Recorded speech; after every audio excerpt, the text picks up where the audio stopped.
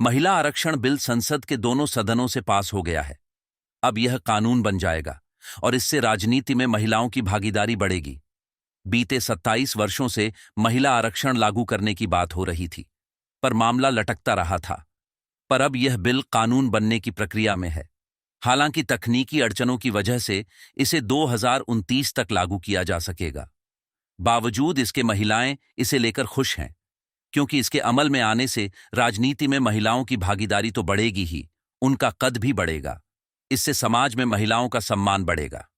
महिलाओं के लिए 33% सीटें रिजर्व होने से उनकी अहमियत सिर्फ राजनीति में ही नहीं, बल्कि हर क्षेत्र में बढ़ जाएगी। झारखंड की बात करें तो यहां विधानसभा की कुल 81 सीटें हैं।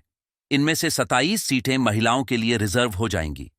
वहीं 14 लोकसभा सीटों में से 5 सीटें महिलाओं के लिए आरक्षित हो जाएंगी। आइए अब देखते हैं कि अब तक झारखंड की राजनीति में महिलाओं की क्या भूमिका रही है। साल 2000 में झारखंड अलग राज्य का गठन हुआ। तब भी महिलाएं राजनीति में सक्रिय थीं। जब झारखंड बना तो झारखंड के हिस्से में दक्षिण बिहार की 81 सीटें आईं। तब यहां 4 महिला विधायक थीं।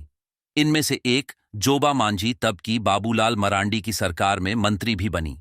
2000 से 2003 तक बाबूलाल मरांडी और 2003 से 2005 तक अर्जुन मुंडा की सरकार में वह मंत्री रही थीं। 2005 में जब झारखंड में पहली बार विधानसभा चुनाव हुए, 3 महिलाएं विधायक चुनकर आईं, यानी एक महिला विधायक कम हो गई। तब विधायक बनने वाली महिलाओं में लिट्टीपाड़ा से सुशीला हांसदा, कोडरमा से अन्नपूर्णा देवी और निरसा से अर्पणा सेनगुप्ता शामिल थीं। इस चुनाव में 94 महिलाएं चुनावी मैदान में थीं। इनमें से 85 की जमानत जब्त हो गई थी। शेष 6 कड़े मुकाबले में हारी थीं। इसके बाद 2009 में अगले विधानसभा चुनाव हुए। इसमें 8 महिलाएं चुनाव जीतकर विधानसभा पहुंची। इनमें कोडरमा से अन्नपूर्णा देवी, जामा से सीता सोरेन, झरिया से कुंती देवी, पोटका से मेनका सरदार, जगन्नाथपुर से गीता कोड़ा, सिसई से गीता श्री उरांव, सिमडेगा से विमला प्रधान और छतरपुर से सुधा चौधरी शामिल थीं। इस बार 107 महिला प्रत्याशी चुनावी मैदान में थीं। इनमें से 94 महिलाओं की जमानत जब्त हुई थी, जबकि 13 लड़कर हारी थीं। फिर 2014 के विधानसभा चुनाव में कुल 109 महिला प्रत्याशी चुनाव मैदान में उतरीं। इनमें से 9 ने चुनाव जीता और विधायक बन गई।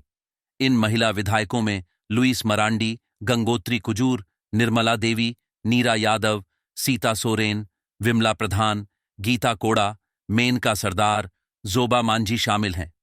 2016 में हुए उपचुनाव में 2 और महिलाएं बबीता देवी और सीमा महतो विधायक चुनी गई थीं।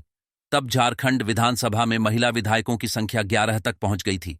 इसके बाद 2019 में झारखंड विधानसभा के चुनाव हुए और हेमंत सोरेन की सरकार बनी। इस बार भी सबसे ज्यादा 10 महिलाएं जीतकर विधानसभा पहुंची। इन महिला विधायकों में नीरा यादव, सीता सोरेन, सविता महतो, ममता देवी, पूर्णिमा नीरज सिंह, अंबा प्रसाद, दीपिका पांडे, अपर्णा सेन गुप्ता, पुष्पा देवी और जोबा मांझी शामिल हैं। इस चुनाव में कुल 111 महिला प्रत्याशी चुनाव मैदान में थीं। इस चुनाव में 127 महिला प्रत्याशी चुनाव लड़ी थीं। 2014 में विधानसभा चुनाव जीतने वाली 9 महिला विधायकों में से इस बार 5 महिलाएं ही चुनाव मैदान में उतरी थीं। इनमें से 3 सीता सोरेन, जोबा मांझी और नीरा यादव ही इस बार भी अपना प्रभाव बरकरार रखते हुए जीत हासिल की। अब बात करते हैं महिला मंत्रियों की। झारखंड गठन के बाद से अब तक 6 महिला विधायक मंत्री पद सुशोभित कर चुकी हैं। इनमें अन्नपूर्णा देवी, लुईस मरांडी, गीता श्री उरांव, नीरा यादव, जोबा मांझी और अपर्णा सेनगुप्ता के नाम शामिल हैं। बताते चले कि 2006 से 2008 तक मधु कोड़ा की सरकार में जोबा मांझी और अर्पणा सेन को मंत्री पद मिला था। 2013 में हेमंत सोरेन की सरकार में अन्नपूर्णा देवी और गीताश्री उरांव मंत्री बनी थी। वहीं रघुवर दास की सरकार में नीरा यादव और लुईस मरांडी मंत्री रहीं।